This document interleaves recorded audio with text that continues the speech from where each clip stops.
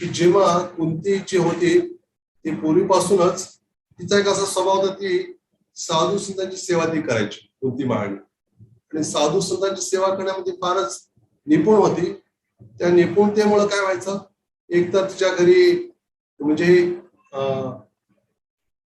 शूरसेन महाराजांच्या घरी असताना म्हटलेलं किंवा नंतर पण असेल, तर तिथं बरेच तपस्वी लोक यायचे, महात्मा यायचे. आणि कोणती लहान होती तरी पण इतकी तिची सेवा भावना होती, सेवा करायची होती प्रेमानं. खूप लहान होते, 5-6 वर्षाची असेल, ती प्रेमाने सेवा करायची. त्याच्यानंतर पण सेवा करत राहिली. एकदा असं झालं की दुर्वास मुनी त्या ठिकाणी आले होते. आपल्याला दुर्वास मुनीचं नाव ऐकलं थोडं काय हृदयात धडधड काहीतरी होतंय की नाही. दुर्वास मुनीचं असं होतं की ते लवकरच काय व्हायचे, क्रोधित व्हायचे, असं स्वभाव होता. आणि त्यामुळे मग तिने इतकं प्रेमानं सेवा केली. ती सेवा बघून ते इतके प्रसन्न झाले आणि प्रसन्न होऊन ते म्हणाले की पुत्री तुझी सेवा बघून इतकं प्रसन्न आहे, तर मी तुला वरदान म्हणून तुला एक असा मंत्र देईन म्हणे. त्या मंत्राचा उपयोग करून तू काय करू शकशील, कुठल्याही देवतेला आवाहन करून त्यांच्यापासून तुला पुत्र प्राप्त होईल एवढं सांगितलं. आणि सांगितल्यानंतर तिला विचार केला की आता ठीक आहे, हरकत नाही, चांगलं वाटलं तिला. पण झालं असं की ते चांगलं वाटलं खरं, पण नंतर थोड्या काही वेगळ्या घटना अशा घडल्या की ती आता तिचा विवाह व्हायच्या आधीच एकदा नदीच्या काठावरती होती. आणि मग तिने विचार केला की खरंच आता काही ठिकाणी नदीच्या काठावर म्हणतात, काही ठिकाणी म्हणतात महालामध्ये होता. दोन्ही आपण कल्पभेद असेल किंवा वेगवेगळ्या लोकांशी टीकाही केली असेल. आणि तिने काय केलं, एक कुतूहल म्हणून की तो जो मंत्र आपल्याला त्याचा कसा प्रभाव होतोय का हे तिला बघायचं होतं. म्हणून तिने काय केलं, त्या मंत्राचं उच्चारण करत तिने सूर्यदेवतेला आवाहन केलं. पण सूर्यदेवतेला आवाहन केलं, साहजिक सूर्यदेव त्या ठिकाणी आले आणि लगेच तिच्या एवढं अगदी झळाळतं तेज होतं, त्यांच्यात तेज असा प्रकाश पडतो बाहेर. ते समोर आले आणि म्हणाले की तू मला बोलवलंस, त्यामुळे तुला आता पुत्र प्राप्ती होणार का. ती घाबरली, नाही नाही म्हणे, मी खरंच क्षमा करा, मी तसा काही माझा उद्देश नव्हता. अहो मी तर अजून कुमारिका आहे, मी अविवाहित आहे आणि मला कसं काय ते पुत्र देऊ शकता, हे तर शक्य नाही होणार. कारण मी राजकुळातली आहे, राजकन्या आहे. आणि जर उद्या कळलं की हिला कुमारिकेला जर मूल झालं असं कळलं तर एवढी मोठी चर्चा होईल, एवढी मोठी बदनामी होईल. त्यामुळे तसं काही करू नका, आपण कृपा करून परत जावी. सहज उगाच असं परीक्षा घेण्यासाठी किंवा दुर्वास मुनींनी मला ते मंत्र दिला होता, कारण त्या मंत्राचा कधी उपयोग केला तर म्हणलं बघावं तरी काय, आणि तुम्ही आलाय म्हणे, कृपा करून तुम्ही परत जा. नाही म्हणे, मी आता जाऊ शकत नाही. कारण मी जर तसंच परत गेलो तर दुर्वासा मुनीने जे तुला मंत्र दिलाय, वरदान दिलंय, ते खोटं ठरवल्यासारखं होईल. मी तू बोलणार मी आलोय आणि तुला पुत्र म्हणत असंच जर गेलो तर काय होणार, त्यांच्याप्रती अपराध होणार. पण तुला माहितीये त्यांच्याप्रती अपराध झाला मी मला केवढा भयानक शाप लागेल मला. त्यामुळे तो ते स्वीकार करावे. पण एक काळ निश्चित हे कर, तू चिंता करू नकोस. जे तुला मूल होईल झालं तरी सुद्धा तू कुमारिकाच राहशील, कारण आपल्या संयोगात ते होणार नाहीये. जसं त्या भूतलावर ज्यामध्ये तसं ते होणार नाही. त्यामुळं तू चिंता करू नकोस, तुझं कौमार्य भंग होणार नाही. तू काय करू शकशील, तू निश्चितपणे तू कुमारिकाच राहशील, तर तुला पुत्र होईल असं सांगितलं. आणि असं सांगितलं मग तिला आता काही पर्यायच नव्हता. ठीक आहे म्हटलं. आणि थोड्याच वेळात, आता असं काही 9 महिने धारण करणं असं काही नव्हतंच. तेव्हा थोड्याच वेळात अतिशय तेजस्वी बालक, त्याला कवच आणि कुंडला सहितच तो जन्माला आला. कवच आणि कुंडल होत. आणि जन्माला ती घाबरलेली होती. आता हे भूत जर बघितलं कोणी घरच्याने, कोणी एकट्याने जरी बघितलं तरी काय होणार, ही बातमी वाऱ्यासाठी सगळीकडे पसरणार. म्हणून भीतीने काय केलं, लगेच एका टोपलीमध्ये त्या बाळाला ठेवलं आणि तिने नदीमध्ये काय केलं, त्याला प्रवाहित करून टाकलं. आणि ते जे लहान मूल होतं, आता त्याचं नाव कर्ण ठेवण्यात आलं. आणि ते वाहत जे ती टोपलं किंवा जे काही त्याच्यात ठेवलं ते वाहत गेलं. आणि तिकडच्या काठावर गेल्यानंतर त्या ठिकाणी धृतराष्ट्राच्या दरबारातला एका रथाचा सारथी, त्याचं नाव अधिरथ होतं. आणि अधिरथाच्या पत्नीचं नाव राधा होतं. तर त्यांनी ते पाहिलं त्या मुलाला. आणि ते निपुत्रिक असल्यामुळे त्याला बरं वाटलं की चला आपल्याला भगवंतांनी काय केलेलं आहे, आपल्याला हा पुत्र पाठवते. खूप आनंद झाला त्याला. आणि आनंद त्यांनी स्वीकार केला. आणि मग सगळं त्याला माहिती नाही की कुठून आले, काहीच माहिती नाही. त्यांचे शहानिशा नाही केली. आणि त्याला आपल्या जवळ ठेवून त्याला मोठं करू लागले. आणि धृतराष्ट्र आणि त्या कौरवाने लक्षात आलं की यांच्याकडं त्या अधिरथाकडे आपला जो सारथी आहे त्याच्याकडे एक असं मूल वाढू लागल्यामुळे त्याला बरं वाटलं. त्याने काय केलं, आपल्या राज परिवारातच त्याला लहानाचं मोठं करणं म्हणा किंवा त्याला धनुर्विद्या वगैरे सगळं शिकवणे सगळं सुरू झालं. आणि सगळं सुरू झालं आणि त्यावेळेस झालं असं गोष्ट की जेव्हा त्यांची इच्छा झाली आता सर्वांना, आता पांडवांना वगैरे हे मिळू लागलं ना, आता काय मिळू लागलं पांडवांना, त्यांना संधी मिळाली म्हणजे त्या युद्धनीती किंवा सगळं शिकण्याची. आणि इच्छा झाली पण मुद्दा असा आला की त्याला ते काही ते प्राप्त करणं शक्य नाही झालं. मग त्याने विचार केला की त्याला आधीपासूनच तू सारथी पुत्र आहेस किंवा सूत पुत्र आहेस, तू निम्न जातीचा, त्याला ते नेहमी त्याला ऐकावं लागत, त्यामुळे त्याला ते सहन होत नव्हतं. आणि मग तो असंच त्याने विचार केला की आपण काय करायला हवं, आपल्याला जर मला खरोखरच जर पूर्ण तयार व्हायचं असेल धनुर्विद्येत, कारण अंगात तर त्याच्यामध्ये क्षत्रिय प्रवृत्ती होती, आणि त्याने विचार केला की मला राजा बनायचं किंवा मला काहीतरी करून दाखवायचं अशी त्याची इच्छा होती आधीपासून त्या कर्णाची. आणि त्याने काय केलं, परशुरामांकडे तो गेला आणि परशुरामांना म्हणाले की मला तुम्ही हे सगळं विद्या शिकवा म्हणे. तर त्याने विचारलं की त्यावेळेला असं होतं की ते वेद वगैरे किंवा हे सगळं शिकवायचं, तर त्यासाठी काय आवश्यक होतं की धनुर्विद्या सगळंच आहे. तर तो ब्राह्मण विचार, तू ब्राह्मण आहेस का? मग कर्णाने खोटं सांगितलं, मी ब्राह्मण आहे. त्याने सांगितलं मी ब्राह्मण सांगितलं. त्यांनी मग परशुरामाने काय केलं, असं भगवंताची शक्त्याविषयी होतात, असं नाही त्याला काय लपलं असं नाही, पण तरी पण एक लीला भगवंताची. तर त्यांनी ठीक आहे म्हटलं, सगळं शिकवलं. आणि एकदा काय झालं, एकदा कर्ण एके ठिकाणी त्या वनामध्ये असताना परशुराम आले आणि परशुराम खूप थकलेले होते. आणि अतिशय थकलेले असल्यामुळे त्यांनी काय केलं, म्हटलं की मला झोप आलेली आहे आणि त्या आश्रमात असं गोष्टी थोडीफार काहीतरी गवसपणी त्याचा जंगलात कुठं झोपणार. मग त्यांनी काय केलं, कर्णाच्या मांडीवर आपलं डोकं टेकून ते झोपले तिथं. त्याला झोप लागली परशुरामाला. आणि परशुरामाला झोप लागला, झालं असं की कर्णाने विचार केले की आपल्या गुरु आपल्या मांडीवर डोकं ठेवून झोपलेत म्हटलं, त्यांना उठवायचा प्रश्नच नव्हता. ते जेवढा वेळ विश्रांती घेत तेवढा वेळ तर आपण असं बसायचं ते निश्चित होतं. आणि त्याच्याविषयी कर्णाचं पण काही हे नव्हतं, काय हरकत नाही, चांगलीच गोष्ट आहे गुरु आपल्या मांडीवर झोप. पण थोड्या वेळाने काय झालं, त्याच्या एक तिथं हा आला, एक भुंगा आला, भुंगा म्हणतो ना भ्रमर, भुंगा भुंगा तिथं आला. आणि तो भुंगा येऊन काय करू लागला, त्यांचं त्या कर्णाच्या मांडीजवळ येऊन तिथे काय करतो, पोखण्याचा प्रयत्न करतात. जसं आपण फक्त एखादा केला तर आपण थोडं त्याला दूर करण्याचा प्रयत्न करतो. पण इथं काय झालं, त्यांनी विचार केला मी जर त्याला दूर करण्याचा प्रयत्न केला तर होईल काय, मला इजा होऊ नये म्हणून मी त्याला जर दूर केलं तर होईल काय, चुकून माझ्या गुरुला धक्का लागेल किंवा काहीतरी मी असं उच्चार केलं तर असं तर काय होईल, म्हणजे गुरु जागे होतील, त्यांची झोप मोडून. म्हणून काय विचार केलं, काही त्या भोंग्याला काही प्रतिकार नाही केला. त्या भोंगा आला मांडीवर बसला. त्या भोंग्याच्या लक्षात आलं की हा काय आपल्याला काही विरोध करत नाही, मारत नाही, काही नाही, हाकलत नाही. मग त्याने काय केलं, हळूहळू तिथं तो भोंगा हळूहळू त्याच्यामध्ये तिथं त्या मांडीमध्ये हळूहळू आत छिद्र करू लागला. आणि जसं छिद्र करून झालं असेल त्याचं रक्त वाहू लागलं मांडीतलं. आणि मांडीतनं रक्त वाहू लागल्यावर ते रक्त वाहत होतं, पण जोपर्यंत ते रक्त मांडीवर झोपलं ना, ते रक्त जोपर्यंत त्या परशुरामाला स्पर्श नाही तोपर्यंत त्याला काय लक्षात नाही. पण जेव्हा ते थंड रक्त त्याला स्पर्श झाल्यावर लगेच ते जागे झाले. म्हटले काय झालं, त्यांनी बघितलं म्हणजे मांडी, हा भोंगा मांडी सगळं पोखरून काढतोय, रक्त वाहतंय, आणि हा एवढं सहन कसं करू शकतोय. लगेच परशुराम म्हटले, तू निश्चित सांग, तू क्षत्रिय आहेस का ब्राह्मण आहे. तो मग शेवटी त्याने स्वीकार केला क्षत्रिय. आणि एवढी सहनशीलता, जी मानसिक सहनशीलता ते ब्राह्मण करू शकतात आणि शारीरिक सहनशीलता क्षत्रियांमध्ये असते.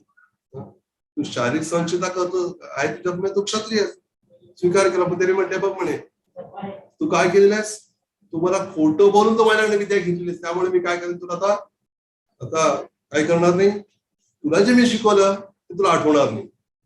त्याने खूप विनवणी केली, क्षमा मागितली. ठीक आहे म्हणे, मी तुला ते ब्रह्मास्त्र देईन, पण ते दिलं तरी सुद्धा काय तुला योग्य वेळेला त्याचा तुला उपयोग पण करता येणार, असं पण त्यांनी सांगितलं.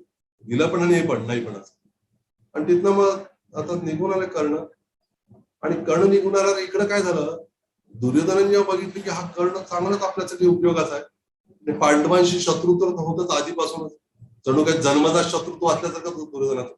त्यांनी पाहिलं की हा जो कर्ण आहे आपल्याला फार उपयोगाचा आहे, म्हणून त्याने काय केलं, तर त्याला नेहमी त्याला डावलण्यात येतो, त्याला राज्य वगैरे काही मिळत नव्हतं किंवा काही नव्हतं आणि याची तर खूप इच्छा होती. आणि दुर्योधनानं काय केलं, त्याला युक्तीनं आपलंसं केलं, आपला मित्र बनवलं.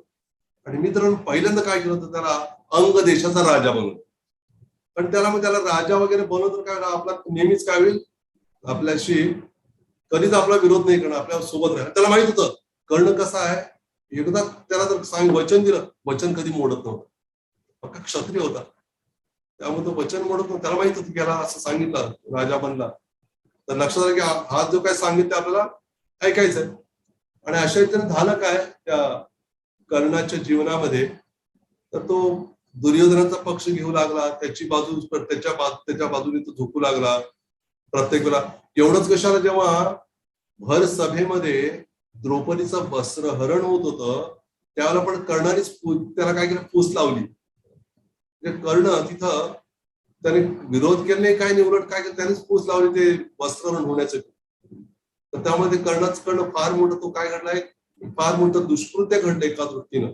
अशा बऱ्याच गोष्टी त्याची पण आपण चर्चा करूया, काय काय त्याच्या चुका झाल्या, कसं काय झालं ते, त्याच्यात आपल्याला कळेल की म्हणजे कर्ण बऱ्याच वेळा असं दिसून येतं किंवा असं आहेच म्हणा की कर्णाला जास्त काय समजलं, कर्णाची काही चूक नव्हती, कर्ण खूप दानशूर होता, खरंच दानशूर होता. पण एकदा असं घडलं, कर्ण रथावरून निघालेला होता आणि रथावरून निघाले असताना काय झालं की तिथं बघितलं की व्यक्ती असं कर्णाकडं त्याला पाहायला लक्षात यायचं की ह्याच्याकडे हात पसरले की हात कधी खाली जाणार नाही, खाली हात जावं लागणार नाही, काहीतरी दे. त्याने हात पसरलं आणि कर्ण अतिशय वेगानं चालला होता, भरधाव वेगानं. त्याने पाहिलं त्याला आणि पाहताच लगेच काय केलं त्यांनी, आपलं जो रत्नहार होता गळ्यातला तो लगेच डाव्यातनं काढून लगेच त्याला देऊन टाक. आणि कोणतं त्यांना म्हटलं, मग तुम्ही दान द्यायचं म्हणजे एक पद्धत आहे ना, आपण उजव्या हाताने देतो. आपण कोणी काही आलं तर आपण काय करतो, समजा आपण काही पाणी जरी द्यायचं झालं तर आपण डाव्यात तेवढं चांगलं समज जाते. जो डावखुरा आहे ठीक आहे, तरी पण म्हणतो त्याला अरे एवढं तरी दान उजव्या हाताने देव. काहीतरी भोजन प्रसाद वाढताना डावखुरा त्याला म्हणतो अरे इतर वेळ तुझ्या डाव्या बाजू राहू दे, पण आता काय कर, प्रसाद वाढताना तरी प्रयत्न करतो तेवढं तरी शिक, बाकी लिखाण असेल बाकी सगळं राहू दे. तसं मग डाव्यातने का दिलं मग तू. तर कर्ण असं म्हणाला की मी जेव्हा त्या व्यक्तीला पाहिलं, तो म्हणजे फार गरजू होता, हात पुढे केला होता, मी विचार केला समजा तर तो लगाम आता धरलेला होता, तो लगाम उजव्या हातात डाव्या हातात घेऊन पुन्हा उजव्या हातात रत्नार काढेपर्यंत माझ्या मनात जर तो विचार जर निघून गेला असता त्याला ते रत्नार द्यायचा, तर म्हणून विचार केला, तसं मनात विचार यायच्या आधीच म्हटलं आधी देऊन टाकलेलं बरं, म्हणून मी दिलं. म्हणजे बघा किती तो दानशूर आहे, कर्ण दानशूर आहे. बरेच चांगले सद्गुण किंवा दुर्योधनाला ते दिलेलं वचन पाळण्यासाठी पूर्णपणे तो पक्का राहिला, त्याची बाजू घेत राहिला, त्याने दिलेलं राज्य पण सांभाळत राहिला तो. हे सगळं होतं, पण एक चुकलं, त्याचं फार मोठी चूक ही होती की त्यानं भगवंताची बाजू घेतलेली नव्हती. भगवंताच्या बाजूने ते नव्हता, तर भगवंताच्या विरुद्ध बाजूने होता. ही त्याची फार मोठी चूक होती. आता बघा की हा जो कर्ण आहे हा पूर्वजन्मीचा आपण थोडं बघूया, काय बद्दल संबंध पूर्वजन्मीचा, म्हणजे भगवंताची कशी त्याच्यावर कृपा आहे. त्याला जे मारण्यात आलं नंतर ना, ते अधर्माने की धर्माने ते आपल्याला थोडं उलगडा होईलच. झालं असं की हा दंभोदभव नावाचा एक असुरच होता. म्हणजे राजा होता पण असुर राजा असल्यासारखा होता. हा सर्वांवरती अत्याचार करणं, अन्याय करणं हे सगळं ते चालायचंच नेहमी. तर अशा स्थितीमध्ये त्याचं जे चाललेलं सगळं, आणि त्याची इच्छा झाली की आपण काय करावं, कोणाचं युद्ध करावं. पण युद्ध करण्यासाठी सगळ्यांकडे जायचं, त्याला सांगितलं तू असं कर की दोघं जण काय ऋषी आहेत तर त्यांचेच तू युद्ध कर. पण त्याच्या लक्षात की बरं चांगलं आहे. मग त्या ऋषीला म्हटलं, पण ते ऋषी होते नर नारायण ऋषी, ते भगवंत साक्षात नर नारायण ऋषी. तर त्यांनी तेवढं काही दाखवलं नाही, पण यांनी फारच हे केलं. ते ठीक आहे बघूया. त्याने काय केलं, त्या कर्णानं सगळे पूर्णपणे, आता त्याचं तेव्हा कर्ण होतं, दंभोदभव होतं नाव, किंवा त्यानंतर सहस्त्र कवच नाव पण पडलं. सहस्त्र कवच नाव पडायचं कारण झालं, त्याने काय केलं, सूर्याला प्रसन्न करून घेतलं आणि करून त्यानं त्यांच्याकडनं काय वरदान प्राप्त केलं, सहस्त्र कवच. त्याच्यावर सहस्त्र कवच आणि सहस्त्र कुंडला प्राप्त झाली, म्हणजे कोणी भेदू शकणार नाही असं होतं. आणि अजून एक महत्वाचं येतं की जर त्याला कोणी त्याचे कवच कुंड जर काढून घेतलं, काय होणार? कोण काढू शकतं म्हणे? एक काढून घेण्यासाठी 1000 वर्ष त्याने तपस्या करायला पाहिजे. त्या 1000 वर्ष तपस्याचं फळ मिळालं तर त्याने दिलं तर त्याच्या बदल्यात काय एक कुंड जाईल, काढू शकतो तो. पण त्या जर एवढंच नाही, तो काढला तरी स्वतः तो मरणार पुन्हा, असं पण म्हटलं जातं. म्हणजे भयंकर होती. पण नरनारायण ऋषीने काय केलं? मग ह्यांनी सगळं आपलं सगळं फारच आग्रह केला, नाही युद्ध कराच तुम्ही, म्हणजे त्याला मुद्दाम चितावलं. नारायण ऋषीची एवढी इच्छा होती, पण ठीक आहे म्हणजे आता म्हणतोच आहे त्याचा उद्धार, कारण ते भगवंत आहेत नारायण ऋषी. ठीक आहे म्हणजे त्याचा उद्धार पण होणं आवश्यक आता. आणि यांनी आपण जर याच्याशी युद्ध नाही केलं करणार, लोकांना त्रास देत राहणार, संपूर्ण सगळीकडे फिरत राहणार, सर्वांचे हाल होणार, सर्वांना त्रास देणार. त्यांनी काय केलं? त्यांनी ठरवलं की आता आपण काय केलं पाहिजे? चालेल, हरकत नाही, ठीक आहे, स्वीकार. पण नंतर काय झालं? त्यानं त्याकडून एवढे सगळं अस्त्र शस्त्र सगळीकडे चौक बाजूने सगळीकडे त्यांनी त्या नारायण ऋषींच्या बाजूने जणू काही त्या बाणांची अस्त्र शस्त्रांची जणू काही सगळीकडे भिंतच करून टाकली सगळीकडे. आणि यांनी काय केलं? नारायण ऋषींनी त्यांनी कुठल्या अस्त्र शस्त्र काहीच वापरले नाही. आता ते भगवंत आहेत, हे अवघड नाही त्यांना. अहो, नारायण ऋषींनी काय केलं होतं? एकदा त्यांच्यावर प्रयोग करणाऱ्या ज्या वेगळ्या कामदेवाने काय केलं त्यांच्यावरती, त्यांच्याकडं वेगळ्या अप्सरा वगैरे पाठवल्या होत्या, जेणेकरून ते मोहित होऊन बळी पडतील म्हणून मायला. पण ते भगवंत असल्यामुळं नारायण ऋषीने काय केलं होतं? आपल्या हृदयात एवढ्या सगळ्या अप्सरा एवढ्या सुंदर उत्पन्न केल्या की कामदेवच मोहित झाला त्यांच्याकडे. हे तर माझ्याकडे जास्तच हे दिसत, त्याने माघार घेतली. आता त्यातलेच एक नंतर तो प्रसंग नंतर सांगितलं, कनेक्शन असलेलं सांगतो उदाहरणाचं. तर असे जे नारायण ऋषी आहेत, ते नारायण ऋषी त्यांनी काय केलं? फक्त गवताच्या काड्या होत्या, गवताच्या काड्या त्यांच्याकडे, जंगलातल्या गवताच्या काडी घेऊन त्यांनी काय केलं? सगळं त्याच्याद्वारेच फक्त गवताच्या काड्याने हे केल्यावर काय झालं? सगळं त्याचं अस्त्र शस्त्र सगळं सगळं एकदम तुकडे तुकडे झाले त्याचे. त्याला कळलं हे काय साधारण गोष्ट. पण आता मुद्दा आला कुठला? त्याला कळलं हे सगळं केलं ठीक, हरकत नाही, पण मला तर कोणी मारू शकत नाही. हे काय 1000 वर्ष तपस्या करणार आणि मला मारले की ते मरूनच जाणार. मग आता युक्ती केली नारायण ऋषी. काय करायचं? एक जण तपस्या करत राहायचं, आणि त्या तपस्याचं फळ म्हणून त्याने एक कुंडल काढले, तो मरेपर्यंत त्यांनी काय करायचं? तुम्ही की यांनी आपल्या तपस्यापर्यंत त्याला जिवंत करायचं. तो तपस्या करून असं करत करत जवळजवळ 999 कवच कुंडल काढून टाकली. आता एक राहिलं होतं. पण हे घडलं कधी? सतयुगामध्ये घडलं. आणि त्याच वेळेला नेमकं काय झालं? तो जो सहस्त्र कवच किंवा दंभोद्भव होता, तो घाबरून तिथं पळाला. पळाला घाबरून. मग झालं असं, तो निघून गेला आणि भगवंताची इच्छा झाली की त्याचा, आता भगवंत दयाळू आहे, भगवंताची इच्छा झाली की त्याचा उद्धार करायचा आपल्याला. आणि उद्धार करायचा म्हणून त्यांनी काय केलं? अशी योजना आखली की त्याला परत तिथं आपण जन्म द्यायला पाहिजे, परत संधी दिली पाहिजे. कारण तो अशा अवस्थेत जर भटकत राहील तर काय होणार आहे? त्याचा काही लाभ होणार नाही, त्याच्यामुळे इतरांचं नुकसान होणारच आणि त्याचा पण काही फायदा होणार नाही. तर बघा, आपल्यामुळे जर इतरांचं नुकसान होतं तर आपल्याला काय फायदा होणार आहे? आपण इतरांचं नुकसान करतो तर खरं तर आपलं काहीच फायदा होणार नाही. वाटतं फायदा होतोय, नाही होत. त्याच पद्धतीने काय केलं? तो सहस्त्र कवच, ज्याचं नाव नंतर आता तो कर्ण झाला, तर तो सहस्त्र कवच तिथून निसटला. आता त्याकडे एकच कवच आणि कुंडल राहिलेलं होतं, बाकी तर 999 काढले होते. एक राहिलं होते, ते बरोबर त्या युग हे होता ना, तो गेला निसटून. पण त्या स्थितीमध्ये असं झालं की तो नंतर ना भगवंताने अशी योजना घडून आणली. हे सगळं बघा, भगवंताचं किती सुंदर प्लॅनिंग, किती सुंदर योजना आहे की तो जो आधीचा असुर आहे त्याचा संहार करायचा राहिलाय, त्याचा उद्धार करायचा राहिला, हे भगवंताला माहित आहे. त्यामुळे त्या सहस्त्र कवचात भगवंताने काय केलं? पुन्हा कर्ण म्हणून त्याला प्रस्तुत केलं. दुर्वास मुनी गेले तिथं आणि त्यांना कुंतीला तिने वरदान दिलं. आणि कुंतीने काय केलं? तिने म्हणजे अजाणतेनं सूर्यदेवाला प्रार्थना केली आणि त्यामुळे काय झालं? कर्णच जन्म झाला, नाही का? नाही तर नंतर तर विवाहाच्या नंतर तो एक प्रसंग माहिती झाला, पांडू राजा आणि तिचा विवाह झाला होता ना कुंतीचा. आणि त्या पांडू राजांना संतान व्हायच्या आधीच काय झालं की जंगलामध्ये शिकारीसाठी गेलेलं असताना एक हरिण आणि हरिणी, नर मादी, ते समागम करताना काय केलं? बाण मारला. आणि खरं तर ते ऋषी आणि ऋषीची पत्नी होत दोघं जण. आणि ते एकदम क्रोध झाले, तू अशा अवस्थेत मारल्या म्हणून त्याने शाप दिला त्याला, की तू पण काय होशील, तू पण जेव्हा तुझ्या पत्नी संकट असेल त्यावेळेला तुझा पण असाच मृत्यू होईल. मग पांडुरंगाने ठरवलं,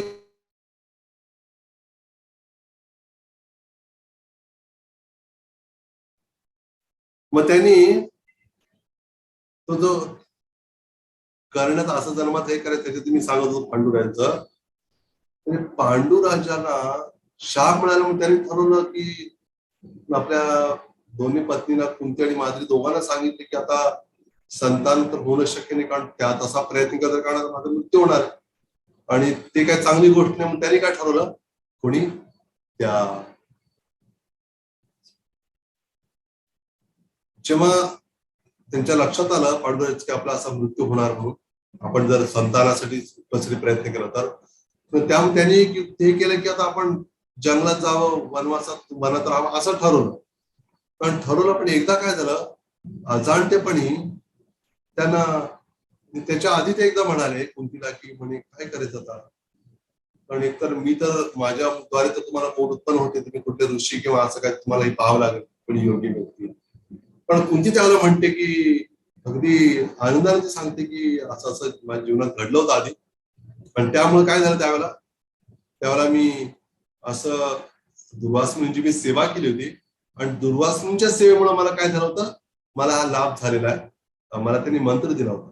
मग पांडुरंग म्हणजे चांगली गोष्ट आहे, पण त्या मंत्राद्वारे कोणी देवता हे करत तर मग चांगलंच आहे म्हणे, त्यामुळे तुझं कौमार्य पण भंग होणार नाही, शील तू अपवित्र होणार नाही. ठीक आहे म्हणाले ते. आणि त्यामुळे त्यांनी काय केलं, म्हणजे कोणाला हे करू सांगा. मग त्यांनी सर्वात म्हटलं, आधी म्हटलं की यमराजाला हे कर, म्हणजे सर्वात आधी यमराज हे काय न्यायप्रिय आहे, न्याय देत, उचित न्याय देतात सर्वांना आणि सत्यवचनी आहे, तर त्यांना तू हे कर. मग त्यांना आवाहन केलं. मग त्यांच्यापासून युधिष्ठिर महाराज हे झाले.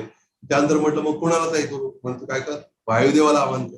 मग त्यांनी वायुदेवाला आवाहन केलं. त्यांनी काय केलं, मग त्यांच्यातून भीमात जन्म झाला. नंतर पुन्हा त्याच्यानंतर त्या भीमानंतर पुन्हा म्हटलं आता कोणाला हे करू, आता काय कर म्हणजे त्याच्यानंतर तू इंद्राला हे कर. इंद्राला हे केलं, त्यांच्यापासून अर्जुनात जन्म झाला. तर अशा रीतीनं हे 3 झाले. म्हणा तर माद्रीपासून नकुल सहदेव झाले माहित आपल्याला. पण अजून एक विलक्षण गोष्ट अशी आहे की तेच जे रामलीलेमध्ये पण हे दोघही होते असं म्हणतात. मध्वाचार्यांनी आपल्या लिहिलेल्या एका टीकेमध्ये म्हणतायत या प्रसंगा संबंधित की जो बाली आणि जे सुग्रीव होते, सुग्रीव हा सूर्यपुत्र होता आणि बाली हा इंद्रपुत्र होता. आणि जेव्हा आपल्याला हनुमानची आपण कथा ऐकलेलीच आहे, हनुमानजी गेले होते ना सूर्यदेवाकडनं शिक्षण घ्यायला, गुरु बनवलं त्याला, त्यांच्याकडे सगळं ज्ञान घेतलं. आणि मग हनुमानजी जेव्हा म्हटलं तर गुरुदक्षिणा काय देऊ म्हणून, ते म्हणजे गुरुदक्षिणा काय नको, एवढंच कर म्हण, तू माझा जो पुत्र सुग्रीव त्याचं तू रक्षण त्यासोबत राहा म्हण, आणि बाली बोलताना धोका आहे. मग ठीक आहे म्हणत, तसंही केलं. आता इकडं काय झालं बघा, त्या सुग्रीवाची बाजू घेऊन त्याच्याबरोबर राहून प्रभू रामचंद्राने मारलं कोणाला, बालीला मारलं. बालीला मारल्यावर इंद्र म्हणाला की अहो म्हणे भगवंता, तुम्ही खरं तर म्हणे तुम्ही बालीला, माझ्या मुलाला तुम्ही मारलाय, हे का बरं वाटलं नाही मला. तुम्ही त्यांना ते आवडलं नाही. आणि त्यामुळे त्यांनी काय केलं की ठीक आहे म्हणे, तू असं कर म्हणे, प्रभू रामचंद्र हरकत नाही. तर पुढच्या वेळेला जेव्हा मी द्वापार युगामध्ये येईन ना, तेव्हा काय करेन मी, ह्याला मारेल, सूर्यदेवाच्या पुत्राला मारेल. दोघं तुम्ही एक सूर्यपुत्र आणि इंद्रपुत्र आहेत, तर मी काय करेन, ठीक आहे इंद्रपुत्राला मी हे करेन तो अर्जुन, आणि दुसरा जो असणार सूर्यपुत्र कर्ण, त्याचा वध हे करावं लागेल मला. आता जसं केलं त्याच पद्धतीने ते पुन्हा एकदा घडणार आहे सांगितलं. हे कारण झालं. दुसरं सहस्त्र कवचाचे एक कवच कुंड राहिलं होतं, त्यामुळे त्याला पुन्हा भगवंताने काय केलं, पुन्हा एकदा संधी दिली, जेणेकरून त्याला काय करता येईल, भगवंताच्या त्याचा उद्धार किंवा संहार व्हावा. आता एक कवच आणि कुंडल होतं, त्यामुळे त्याचा मृत्यू होणं पण शक्य नव्हतं. आता इंद्राने एक गोष्ट माहिती, इंद्राने काय केलं, आपला पुत्र अर्जुनाची बाजू किंवा त्याचं रक्षण व्हावं म्हणून मुद्दाम इंद्रानं ब्राह्मणाचा वेश धारण करून तो कर्णाकडे गेला. आता इंद्राला माहिती की हा जो कर्ण आहे हा उदार आहे, दानशूर आहे. आता ही गोष्ट लक्षात घ्या, आपण बऱ्याच वेळा काय होतं, कर्णाच्या दानशूरतेवरती भरपूर बोललं जातं, त्याच्या मित्राशी किती एकनिष्ठपणा, किती दानशूरपणा. पण आपण हे विसरून चालणार नाही की त्याचा जो दानशूरपणा आहे, दानशूरपणा, ते दान कसं द्यावं, कुठं द्यावं ते त्याला माहित असणं आवश्यक आहे. आणि दुसरी गोष्ट अशी आहे की एकनिष्ठपणा मित्राशी आहे, बरोबर आहे, पण तो जर मित्र असुर असेल, भगवंताचे विरुद्ध कार्य करत असेल, त्याच्याशी एकनिष्ठ राहून तरी काय अर्थ त्याला काही अर्थ नाही का, हे समजून घेतलं पाहिजे.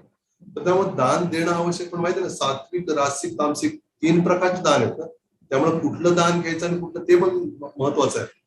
तर त्या दृष्टीनं हा जो ब्राह्मण वेशामध्ये इंद्र पोचला तिथं, आणि कर्णाने काय आता ओळखलं नाही आणि ह्याने म्हटलं की ते रांग होती, रांगेत थांबलेत लोक, आपण होता रांगेत इंद्र पण. आणि इंद्र समोर आल्यावर कर्ण म्हटला काय हवं तुम्हाला? तर इंद्र म्हणाले की मला असं काहीतरी विशेष तुमच्याकडनं हवंय म्हणे, आणि निश्चितच मला खात्री तुम्ही काहीतरी द्याल, पण माझी अशी विनंती आहे की तुम्ही काय करा म्हणे, मी जे काय मागाल तुम्ही देणारच, तुम्ही आधी म्हणजे वचन द्या मला. कर्ण म्हटलं काहीच आवश्यकता नाही, तू काय मागून फक्त मागा, तुम्ही द्यायला तयार, मग मी काही नाही म्हणणार. मग तरी पण म्हटलं की ठीक आहे म्हणजे तुम्ही हे करा, मी तसं सांगतो, मी जे काय मागतो देईन मी. आणि ह्याने काय सांगितलं, त्या इंद्र म्हटलं की तुझं ठीक आहे, नक्की तू देणार ना? हो देणार. तू काय कर, तुझे ते कवच आणि कुंडल दे मला. असं म्हणतात, एकदम शांतता झाली तिथं. म्हणून विचार केला, पण लगेच पुढच्या क्षणामध्ये कवच कुंडल लगेच काढून इंद्राला देऊन टाकले. इंद्र लगेच निघून गेला. त्याने विचार केला परत मागेल वगैरे म्हणून तो निघून गेला. पण झालाच तो रथ घेऊन पुढे जाऊ लागला, तर त्याचा रथ त्या जमिनीत आत रुतला एकदम, त्याला काढता येईल झालं. पण ते आकाशवाणी झाली तिथं, म्हणे की तू काय केलंस, तू म्हणजे फसून काय केलेलंस, ते कवच कुंडल घेऊन चाललेलास, त्यामुळे तुला त्याच्याबद्दल काय ते दिलं पाहिजे, त्याशिवाय ते तू वर जाऊ शकणार नाही स्वर्गामध्ये. लगेच आला, आता इंद्राच्या वेशात आला, म्हणे म्हणे मी तुझ्याकडनं हे घेतलं होतं आणि त्याच्याबद्दल काहीतरी तू घे. कर्ण म्हटलं नाही, मी द्यायचं माहिती, मी घेत नाही कोणाकडनं काही, तुम्हाला काय हवं तर काय, मी देणार आहे. खूप आग्रह केला, म्हणजे ठीक आहे, नाही मी काय घेणार. मग इंद्राने काय केलं, मग आपलं वज्र ठेवलं जबरदस्तीने, घे म्हणून, आणि लगेच पळून गेला अदृश्य. घ्यावं लागलं, आणि मग इंद्राला मग रथ ह्याच्यातून निघून गेला. आणि मग हे जर एक झालं, एक प्रकार झाला. कशातला एक प्रकार झाला, म्हणजे मी सांगितलं आधी तुम्हाला, कुठलं एक तर झालं सुरुवातीला, एक चुकलं त्याचं कुठलं, त्या परशुरामाकडनं त्याने काय केलं होतं, त्याने चुकीनं म्हणजे खोटं बोलून ते हे केलं. दुसरं काय झालं, आता त्याला कवच कुंडल द्यावी लागली त्याची, म्हणजे त्यांनी दिल्यामुळे त्याचं मरण ते झालं. आणि दुसरं अजून असे काही मुद्दे त्याच्यामध्ये आपल्याला कळून घ्यायला हवं की तो जो हे आहे कर्ण, अजून कशात सापडला तो, की अभिमन्यू ज्या चक्रव्यूहामध्ये आज जाणं अभिमन्यूला माहित होतं, पण त्या चक्रव्यूहात बाहेर कसं पडायचं ते माहित नव्हतं. आणि जेव्हा तो अभिमन्यू एक 16-17 वर्षाचाच होता, आणि अभिमन्यूने आत, अर्थात 16-17 वर्षाचा तर काय असं कमजोर नव्हता, फार ताकदवान होता, फार मोठा योद्धा होता तो. पण तो आत त्या चक्रव्यूहात जायचा आत माहीत असल्यामुळे आत प्रवेश तर त्याने केला, काय गडबड झाली की त्याला बाहेर यायचं माहीत नसल्यामुळं कर्णानेच पुढाकार घेतला, तर काय करत त्याला मारून टाकावं. कर्णानेच पुढाकार घेऊन हे केल्यामुळे काय झालं, तर फार मोठं त्याची काय झाले, त्याच्याकडे चूक झाली. आता शेवटचा जो प्रसंग आहे, ते शेवटच्या प्रसंगात काय घडलं बघा. जेव्हा इंद्रानं तर ते कवच कुंड तर नेलं होतं, त्यामुळे आता कवच कुंड नसल्यामुळे त्याला मारणं काही अवघड नव्हतं एवढं. आता त्या ताकद काही कमी होती नाही, होती असं नव्हतं, होतीच. मग जेव्हा तो त्या रथातून जाऊ लागला ना, अचानक काय झालं, त्याचा रथ जो होता त्याचं चाक कशात घुसलं, त्या चिखलामध्ये, मातीत आत खूप हे झालं. आणि त्याच्या लक्षात आलं की त्याला परशुरामाने सांगितलं होतं असं की जेव्हा तू युद्धामध्ये असताना तुझं युद्धाकडे दुर्लक्ष होऊन दुसरीकडे कुठेतरी मन जाईल, त्यावर तुझं वध होणार आहे. आणि झालं तसंच. त्याला खरं तर काय करायला होतं, तिथं रथ चाक घुसल्या त्याच्याकडे लक्ष द्यायला नको होतं, आणि तसंच युद्ध चालू ठेवायला पाहिजे. मोठी युद्ध असेल, मला जे काय त्याच्याकडं अस्त्र वापरू शकला असता, पण तसं न तो चाक काढायला गेला, चाक काढायचा प्रयत्न केला. आणि तर भगवान श्रीकृष्ण आहे तिथं. अर्जुन विचार केला त्याला कसं मारायचं, तो निशस्त्र आहे, आणि दुसरं म्हणजे तो रथ काढण्यात गुंतलेला आहे, तर रथ काढू दे मग बघूया. कृष्ण नाही, तसं करू, आताच योग्य वेळ आहे, आताच तू त्याला मार. आता इथंच खटकतं लोकांना, कृष्णाने असं काय केलं? त्याला असं वाटतं की हे अर्जुनाची बाजू घेतली, अर्जुनचा भक्त, आणि कर्ण त्यांचा भक्त नव्हता, मग पार्शलिटी केली. कारण ते भौतिक दृष्टीने बघतात ना, की मी डॉक्टर आहे, तो एक दुसरा डॉक्टर आहे, तर तो माझ्याकडे आला नाही, त्याच्याकडे गेला म्हणून मी मुद्दाम काहीतरी हे करणं पेशंटला असं. तर तो माझा विद्यार्थी, त्याचा विद्यार्थी पण माझ्याकडं तो येत नाही म्हणून मी काहीतरी असं, अशा पद्धतीने हे भौतिक स्तरावर ते पाहतात. त्यांना माहित नाहीये की भगवंत विशेष कृपा करतायत त्याच्यावरती. आणि ह्याला पण सांगितलं ना भगवंतानी, इंद्राला पण सांगितलं की आता त्या रामलीलेमध्ये त्यांना हे केलं मी, आता माझा पुढच्या याच्यामध्ये त्याला मी त्याचा वध करेन.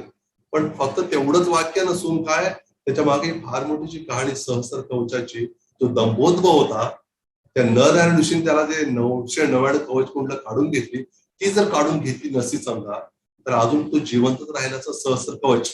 आणि आपले काय हाल झाले फक्त विचार करावे, त्याला फार बेहाल झालेस. म्हणजे भगवंताची करुणा ही कृपा आहे. नाहीतर कर्णाला असं कोणी मारू शकलंच नसतं नाही, असं बेसाद असताना. आणि त्याच्या आधीच कवच कुंडलं काढून घ्यायची भगवंतानी व्यवस्था केली होती. आणि मग भगवंत म्हणतात मार म्हणायचं, सोडू नको त्याला. आणि अर्जुन थोडं विचार करतो कसं करू, कृष्ण म्हणे हीच योग्य वेळ आहे, आता तू मारू शकतोस. आणि कर्ण म्हणून नाही नाही असं असं कसं काय, एकच काय शक्य, हा अधर्म आहे म्हणे, असं अधर्माने मारू शकत नाही. कृष्ण म्हणे अधर्म, आता तुला अधर्म वाटतो काय? जेव्हा भर सभेमध्ये द्रौपदीचं वसन करतो तेव्हा तुझं कुठं गेला होता मग धर्म? तेव्हा तू काही केलं नाहीस. आणि जेव्हा तू अंगदेशाचा राजा बनून त्यांची बाजू तू घेऊ लागलास, एवढं जेव्हा एखादा असुरी व्यक्ती आहे त्याचा तो मित्र बनतोस, त्याची बाजू घेतोस, मग तेव्हा आठवण नाही का तुला धर्म? आणि परशुरामानं खोटं बोलून इथं तू हे केलंस, तेव्हा तुझं कुठे गेला धर्म? असं बरंच भगवंत त्याला सांगतात बऱ्याच गोष्टी. आणि मग अर्थातच कर्णाचा मृत्यू होतो त्या ठिकाणी.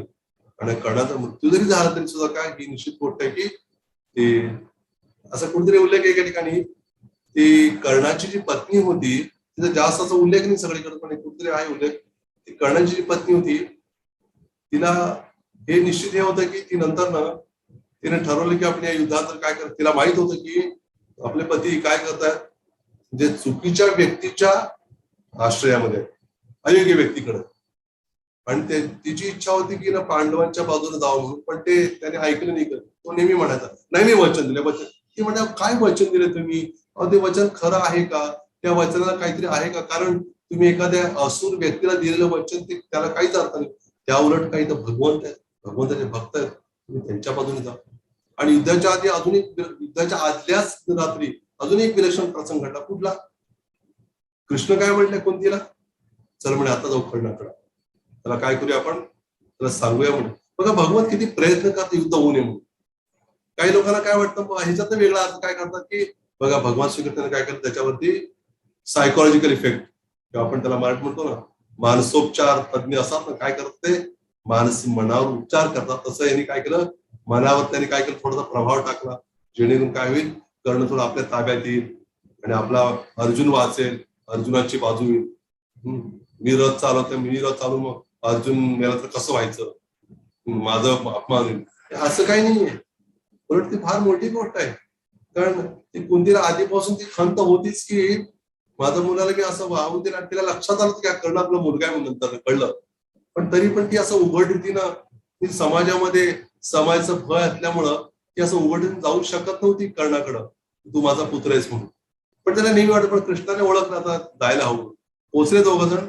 आणि मग कुंतीनं पण सांगितलं, कर्णाने सांगितलं कृष्णानं की असं असं तो जो तू पुत्र जन्म झाला होता, तर असं असं दुर्वास म्हणून दिलेल्या वरापासून तू झालेला सूर्य तो पुत्र आहेस तू.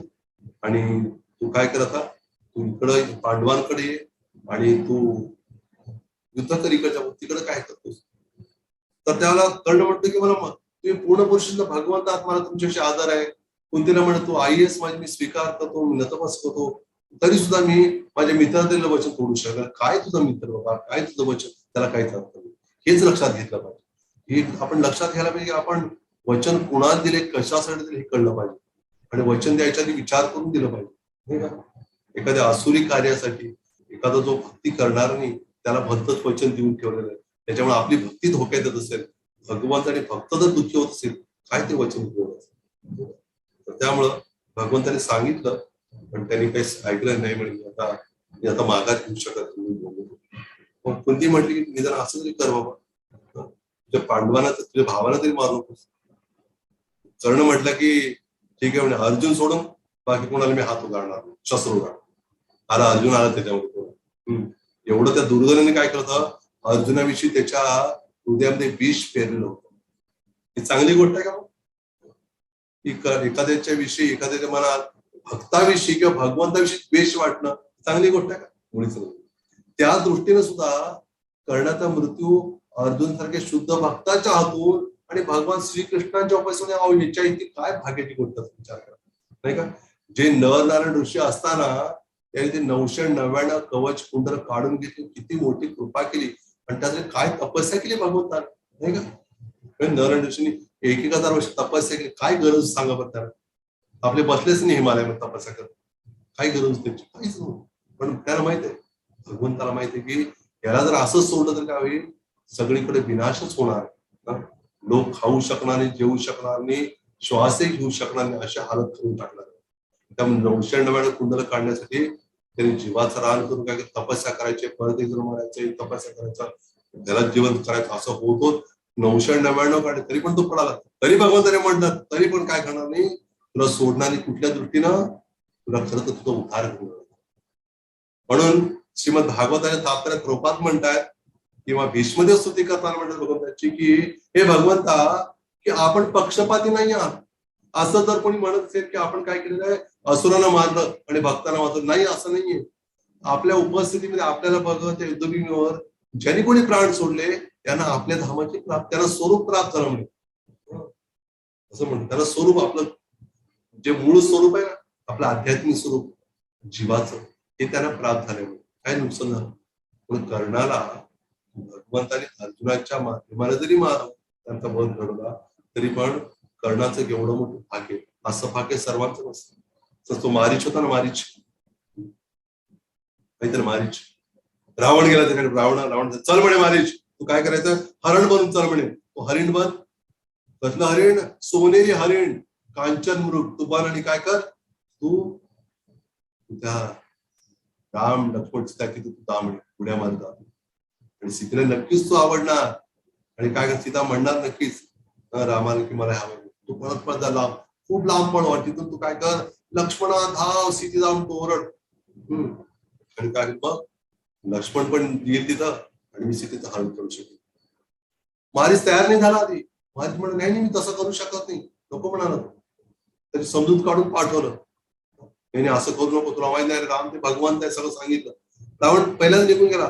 पण दुसऱ्यांदा काय झालं, शूर्पणखा म्हणणार आहे, काय कसला भाऊ आहेस तू, तुझ्या बहिणीचं नाक कापलं, तुला काय आहे की नाही? मग परत तो गेला म्हणला, आता तू जर नाही ऐकलं ना तुला मी मारून टाकेन. मारीच म्हटलं, अरे नाहीतरी मरायचं ना, असं तसं मरायचं, कुणाच्या हाती मारा, भगवंताच्या हाती मारा.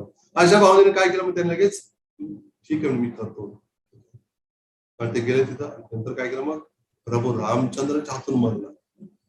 ते विशेष मरण, असं युद्धामध्ये मरणारे वीर मरण, वीर चक्र देतात ना, होती जगायच्या युद्धात सुद्धा. तर आध्यात्मिक किती मोठं विलेशन होतं. तर तो कर्ण, तो सहस्त्र कवच होता, ज्याचा दंभोद्भव होता. दंभ उद्भव म्हणजे अहंकार येत होता आत्मसतत, तो भगवंताच्या विरोधी, भक्तांच्या विरोधी होता.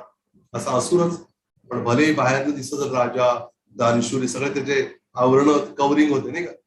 त्यामुळे काय होतं, हे महाभारत अशा कथा देऊन का बरं आपण हे गुरुष्य परंपरेतनं नाही ऐकणार, काय गुंतवतो माहिती आपल्याला कळत नाही की चर्चा तीच होत ना. ते कादंबरी निघते, कादंबरी सांगतो की बघा कर्णावर अन्याय केला भगवंताने. भगवंत कसं अन्याय करतो? भगवंत आपल्या धामात घेऊन गेला, अन्याय झाला करतो. उलट त्याचं जे शरीर जे पूर्णपणे काय झालं, त्या द्वेषा, भगवंताच्या आणि भक्ताच्या द्वेषामुळं हृदय विषारी झालं होतं. भगवंताने ते शरीर नष्ट करून त्याला दिव्य शरीर दिलं. त्या भगवंताची चूक झाली. तो अधर्म आहे का धर्म आहे? तो धर्मच नाही, अधर्म आणि धर्मापेक्षा पण वरचा आहे. विशेष धर्म काय की भगवंताने त्याला आपलंसं केलं, आपल्या जवळ नेलं. आपल्यातलं कोण असं आहे का बरं या जगात की जो आपला द्वेष करणार आहे त्याला पण आपल्या घरात घेऊन येणार आहे का? कोण नाही करत. तर भगवंताची फार विशेषता, ही महानता आहे. भगवंताने काय केलं, त्याला आपलंसं केलं आणि आपलंसं करून त्याला आपल्या धामात, त्याला परत म्हणजे त्याला सद्गती मिळाली करणारा. भलेही बाह्य दृष्टीने दिसत असेल असं की निशस्त्र असताना युद्धनीती वगैरे काही नाही करतात, तरी पण काय साहित नाही झालं. तसं बाली होता ना, तो पण म्हटला तुम्ही अधर्मानं मारलं हे केलं. बघून म्हणाले कसला अधर्म बोलतो तू अधर्म म्हणजे पत्नीला, तुझ्या भावाच्या पत्नीला पळून तिच्यावर तू भोग करते काय, का धर्म वाटला का तुला? तुझ्या भावाने किती क्षमा यायचं नाही केली तरी पण त्याला तो आश्रय नाही देता, त्याला आश्रय द्यायला पाहिजे तुझ्या पाया पडल्यावर. त्याला आश्रय तू काय केलं, त्याला नेसत्या वस्त्राशी पाठवून दिलं. हा का धर्म झाला का तुला? नंतर तर अर्ध बालीला कळलं नंतर की भगवंत आहे त्यांच्या हातून मारलं. मग त्याला फार आनंद वाटला. समजले. तर अशा बऱ्याच गोष्टी शास्त्रामध्ये आपण या परंपरेतने ज्ञान नाही घेतलं काय होणार आहे, आपली दिशा बोलू शकते. आणि बरेच लोक भौतिक जगात लोक कादंबऱ्या लिहितील, काय काय लिहितील, आपल्या मनात सगळं भरपूर काय काय लिहितील, पण आपण ते न बघता आपण काय बघितलं विशेष करून शास्त्र काय सांगतो. आणि शास्त्र जाणून घेत आपण परंपरेतनं जाणून घेतो. कधी कधी आपण वाचताना आपली पण दिशा बदलू शकतो. त्यामुळे आपण सावध राहावं. तर कर्णाचा मृत्यू सार हेच आहे आजचं, की कर्णाचा मृत्यू भगवान श्रीकृष्णाने अधर्मानं नाही केला, उलट काय केला, तो सर्वश्रेष्ठ धर्म होता. कारण त्याच्यामध्ये त्या कर्णाचं सर्वश्रेष्ठ हित होतं. तसं म्हणण्यामध्येच उलट एका दृष्टीने त्याला वीर मरण आलं भगवंताकडे बघताना. आता कर्णाची चर्चा करत नाही कोणी, नाही का?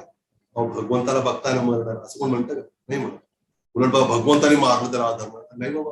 भगवंत भीष्मदेवाची इच्छा होती, इच्छा मृत्यू होता भीष्मदेवाला, कधी पण नंतर मरू शकलेच नाही, अजून राहू शकलेच नाही. त्याला आता चांगली संधी आहे. सगळे पांडव पण आहे, महान भक्त म्हणजे भगवंत पण आहे, योद्ध्याच्या रूपातच आहे. त्यामुळे काय आज सगळं काय सुवर्ण सगळं योग जुळून आले. त्यामुळे आताच मरण चांगलं भगवंत. हरिदास ठाकूरांनी पाहिलं साक्षात भगवंत महाप्रभू समोर, त्यांनी पण ध्येय सोडला त्यांना बघून. तरी फार विशेष मरण आहे, भगवंताला पाहत पाहत मरण येणं. त्यामुळं सदरीत झालेले अधर्म नसून हा उलट सर्वश्रेष्ठ धर्मच होता. हरे कृष्ण. धन्यवाद सर्वांचे.